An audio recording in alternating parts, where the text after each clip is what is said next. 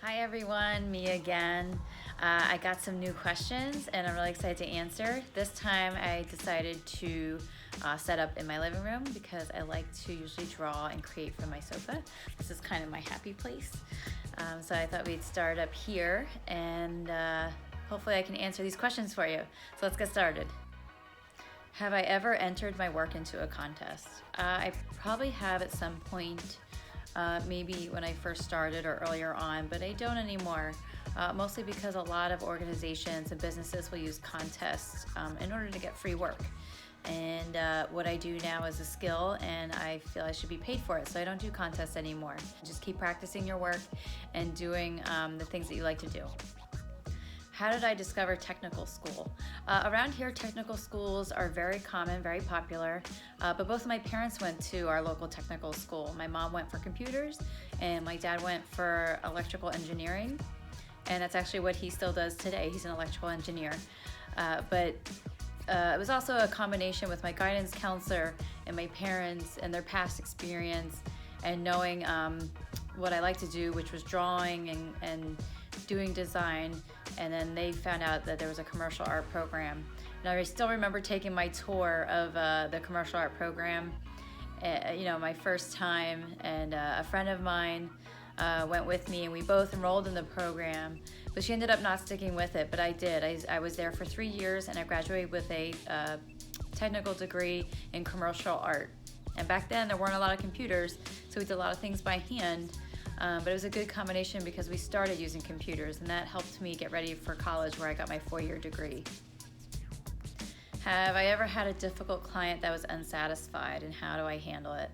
It happens a lot because, my work isn't for everyone and not everyone likes my work. Sometimes you have to find that right fit and it can take some time. And even if you've already started the project, it's a good idea to have a contract in place. Especially for commercial work. And then in that contract, you have a termination clause that sorry, this is my cat right here. And he decided to give himself a bath. So if you see that little leg popping up here, that's my cat Kit. But there's a termination clause in contracts that states if at any point either party decides that they aren't satisfied with the work or that they want to end the business relationship, that they pay a termination fee. So they don't pay the full amount of the job, but they end up paying a portion or a percentage. And that usually helps people really think about the relationship they're entering into with an illustrator or designer, because it's laid out in terms of a contract and things are very clear and cut. So if something happens, both parties are protected and everyone knows what happens if things don't go right. Have I ever created a font and sold that design? I have not. I have created a set of letters. They were vector art, which somebody could use in a design technically, but it wasn't a font that they could select from a menu and use for typing. But I did a tattoo style font, and I think I also did a brush lettering style font, but they were actually alphabets because, like I said, you can't use them in a font menu. You just have to lay them out individually as letters, which could be fun. It could be used as a display type thing or even a fun lettering project. But it was a short-term thing, and I took them down mainly because I want to actually turn them into a font at some point. So I've been kind of holding off. But there's a lot of great programs out there that you can turn your handwriting or any of your lettering into fonts, and I think that's really great. Technology is really pushing things forward, and you can do a lot of exciting things now. So maybe at some point I will, but I have not yet. Besides Procreate and Photoshop, are there any free programs that I recommend? I don't know of any free off the top of my head, but I believe I just read something on Twitter that actually some people were going back and forth and recommending different programs because Adobe's pricing structure may change in the future and some people were unhappy. But if I find that, I will give you the link so you can view them. But also Adobe offers education pricing that would be great for educators or school-age kids. You can get those programs that I use at a discounted price, but it's a monthly subscription, so it's a monthly fee. But it would be great, if your class could try it out sometime, because I think there's a lot of advantages in using a very experienced software suite that's been around for a long time. Now, every software comes with its bugs and issues, but Adobe has a lot of it figured out, and there's just so many advantages to using it. So I definitely suggest Adobe. And then I know at some point in the future, Adobe's working on an iPad drawing app. I believe it's called Project Gemini, or it's going to be called Gemini. I've been seeing people testing it. And it's going to be, I think, the equivalent to Procreate or something similar. So I'm excited to see that when it comes out, but I don't know if it'll be separate fee or be included in the Adobe monthly subscription already. If it's included, I'm in, I'm getting it, because I already pay my monthly subscription for it. So I hope that answered your question. Ooh, can I explain how roller derby works? I will try. It's a fun sport. It can be difficult to explain because if you've never seen it, it may be a little confusing. But there's an oval-shaped track, and there are 5 players from each team out at one time, and each half has a number of 2-minute jams. So you have 2 minutes to try to score as many points as you can within those 2 minutes.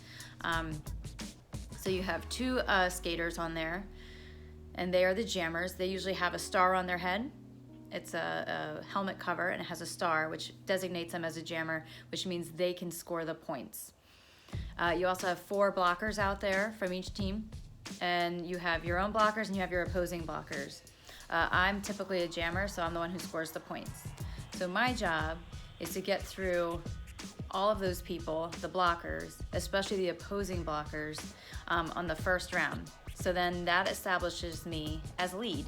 So when I'm a lead jammer, I have the advantage of controlling the clock, which means I can end the jam at any time within those 2 minutes.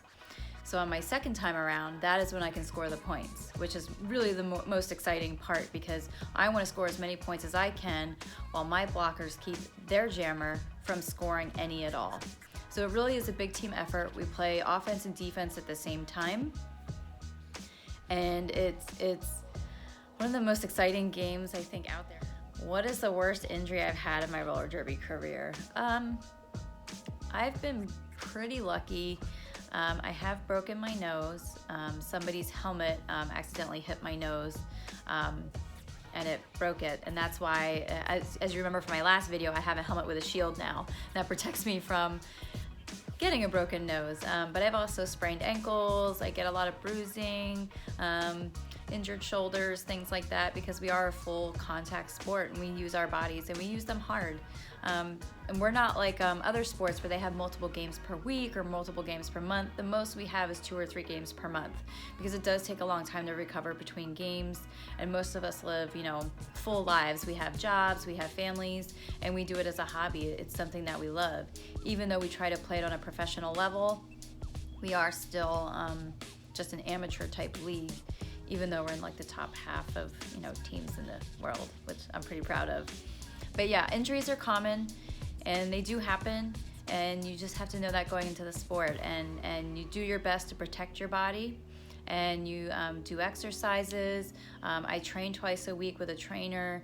That's something new, only because it was a big concern of mine, injuries, and it was affecting my gameplay. So I started training, do a lot of mobility things and strength things so I don't get injured, and then I can play to my fullest and live to my fullest without having to worry about it. Good question though.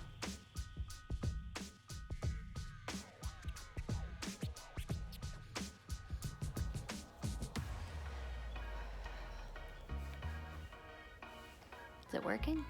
Hi. Have I ever entered my work? Remember how I said my cat Kit was down here? Here he is. Hey Kit, look at the camera. Say hi. I can't see you. There you go. Say hi. No. Where's that? Can you see him?